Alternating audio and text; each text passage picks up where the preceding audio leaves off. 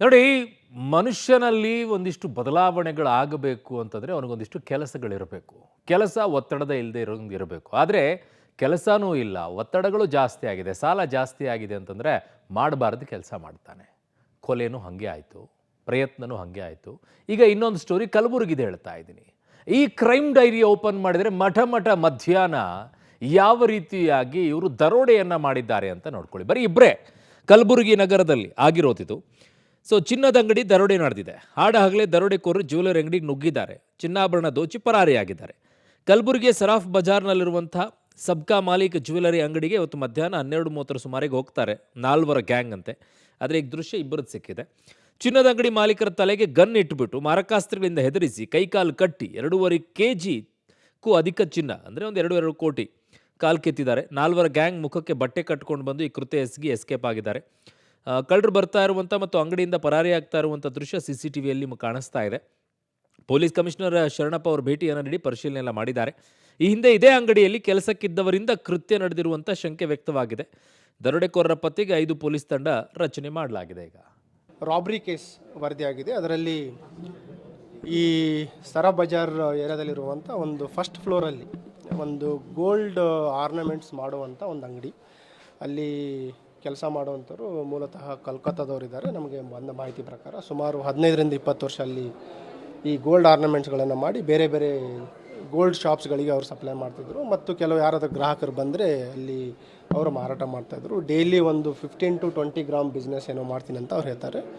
ಮತ್ತು ಈ ದಿನ ಬಿಟ್ವೀನ್ 12 to 12:30 ನಮಗೆ ವಿವಿಧ ಕೆಲವು CCTV ಮಾಹಿತಿಗಳು ಸಿಕ್ಕಿದೆ. ಅದು ಟೈಮ್ ವೇರಿಯೇಷನ್ಸ್ಗಳಿದೆ. ಇಲ್ಲಿ ಈಗ ನಮಗೆ ದೊರೆತ ಮಾಹಿತಿ ಪ್ರಕಾರ ಎನಿವೇರ್ ಬಿಟ್ವೀನ್ 12 to 12:45 ಆ ಒಂದು ಸಮಯದಲ್ಲಿ ಪ್ರಥಮವಾಗಿ 2 ಜನ ಆರೋಪಿಗಳು ಬರ್ತಾರೆ ಮತ್ತು ಇನ್ನೂ 2 ಜನ ಅವ್ರ ಜೊತೆ ಸೇರಿಕೊಂಡು ಒಟ್ಟು 4 ಜನ ಆರೋಪಿಗಳು ಬಂದು ಇವರು ಒಬ್ಬರೇ ಕೆಲಸ ಮಾಡ್ತಾಯಿದ್ರು. ಕೆಲಸ ಮಾಡ್ತಾ ಇರಬೇಕಾದ್ರೆ ಅವರಿಗೆ ಒಂದು ಫೈರ್ ಆರ್ಮ್ ಮತ್ತು ನೈಫ್. ಹೆಚ್ಚು ಕಡಿಮೆ ಯಾವ ಟೈಮಲ್ಲಿ ಬಂದರು, ಹೇಗೆ ಬಂದರು, ಎಷ್ಟು ಜನ ಇದ್ರು? 12:30ಗೆ ಬಂದವ್ರು ಸರ್. 4 ಮಂದಿ ಇದ್ರು.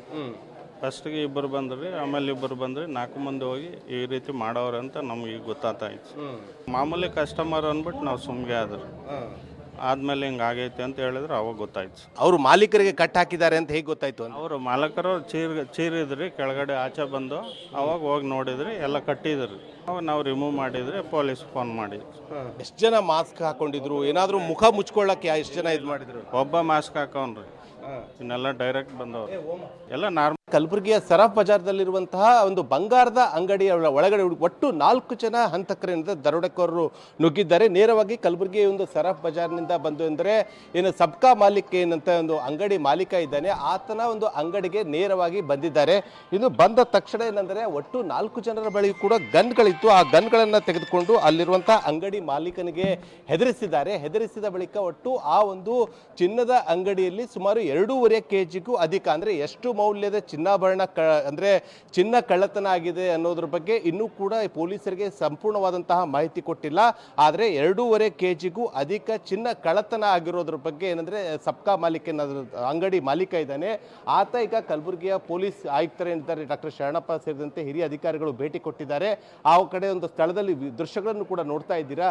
ಆ ಒಂದು ಅಧಿಕಾರಿಗಳಿಗೆ ಮಾಹಿತಿ ಕೊಟ್ಟಿದ್ದಾನೆ. ಈಗ ಸದ್ಯ ಘಟನಾ ಸ್ಥಳಕ್ಕೆ ಏನಂದರೆ ಕಲಬುರಗಿಯ ಪೊಲೀಸ್ ಆಯುಕ್ತರು ಸೇರಿದಂತೆ DCP ಸೇರಿದಂತೆ ಎಲ್ಲ ಹಿರಿಯ ಅಧಿಕಾರಿಗಳು ಮತ್ತೆ ಅದೇ ರೀತಿ ಬೆರಳಂಚ ತಜ್ಞರು ಕೂಡ ಈ ಒಂದು ಸ್ಥಳಕ್ಕೆ ಬಂದಿದ್ದಾರೆ. ಒಂದು ಅಂಗಡಿಯ ಹೊರಗಡೆ ಇನ್ನೊಂದು ಪಕ್ಕದ ಒಂದು ಅಂಗಡಿ ಇದೆ.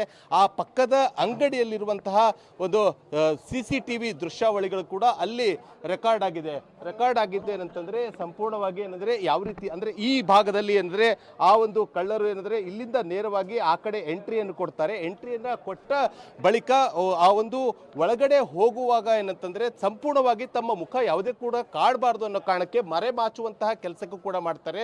ಸದ್ಯ ಈಗ ನಮಗೆ ಬಂದಿರುವಂತಹ ಮಾಹಿತಿಗಳ ಪ್ರಕಾರ ಏನಂತಂದ್ರೆ ಈ ಒಂದು 4 ಜನರ ಒಂದು ಹಂತಕರ ತಂಡ ಇದರಲ್ಲಿ ಇನ್ವಾಲ್ವ್ಮೆಂಟ್ ಆಗಿರೋದು ಗೊತ್ತಾಗಿದೆ. ಈಗ ಸದ್ಯ ಏನಂದ್ರೆ ಆತನನ್ನು ಯಾವ ರೀತಿಯಾಗಿ ಅಲ್ಲಿ ಕಟ್ಟಿ ಹಾಕಿ ದರೋಡೆ ಮಾಡಿದ್ರಾ ಅಥವಾ ನೇರವಾಗಿ ಗನ್ ಹಚ್ಚಿ ಇಲ್ಲಿಂದ ದರೋಡೆ ಮಾಡ್ಕೊಂಡು ಹೋಗಿದ್ರಾ ಎಂಬುದರ ಬಗ್ಗೆ ಇಂಚಿಂಚು ಮಾಹಿತಿಯ ಕಲಬುರಗಿ ಪೊಲೀಸರು ಈಗ ಮಾಹಿತಿ ಕಲೆ ಹಾಕಬೇಕಾಗಿದೆ. ಸದ್ಯ ಈಗ ಘಟನಾ ಸ್ಥಳಕ್ಕೆ ಹಿರಿಯ ಅಧಿಕಾರಿಗಳು ಭೇಟಿ ಕೊಟ್ಟಿದ್ದಾರೆ. ಯಾಕಂದ್ರೆ ಈ ಹಿಂದೆ ಕಲಬುರಗಿ ಕಲಬುರಗಿಯಲ್ಲಿ ಮುತ್ತೂಟ್ ಫೈನಾನ್ಸ್ ಸೇರಿದಂತೆ ಇನ್ನಿತರ ಒಂದು ದೊಡ್ಡ ದೊಡ್ಡ ಬ್ಯಾಂಕ್ಗಳು ಕೂಡ ಕಳೆದ 2-3 ವರ್ಷಗಳ ಹಿಂದೆ ಕಳ್ಳತನ ಆಗಿತ್ತು, ದರೋಡೆಗಳಾಗಿತ್ತು. ಆ ದರೋಡೆಯ ಪ್ರಕರಣಗಳು ಇನ್ನೂ ಬಹುತೇಕವಾಗಿ ಒಂದಿಷ್ಟು ಪ್ರಕರಣಗಳು ಭೇದ ಆಗಿರಲಿಲ್ಲ. ಈಗ ಅಷ್ಟರಲ್ಲೇ ಏನಂದರೆ ಮತ್ತೊಂದು ದೊಡ್ಡ ಪ್ರಕರಣ ಈಗ ಕಲಬುರಗಿಯ ಈ ಒಂದು ಸರಾಫ್ ಬಜಾರ್ನಲ್ಲಿ ನಡೆದಿದ್ದು. ಈ ಒಂದು ಪ್ರಕರಣವನ್ನು ಅತ್ಯಂತ ಗಂಭೀರವಾಗಿ ಪೊಲೀಸರು ಕೂಡ ಪರಿಶೀಲನೆ ಮಾಡಿಸಿದ್ದು. ಈಗ ಸದ್ಯ ಆರೋಪಿಗಳು ಯಾರು, ದರೋಡೆಕೋರರು ಯಾರು ಎಂಬುದರ ಬಗ್ಗೆ ಮುಖಚರಿ ಪತ್ತೆ ಹಚ್ಚುವುದಕ್ಕೆ ಈಗ ಪೊಲೀಸರು ಮುಂದಾಗಿದ್ದಾರೆ.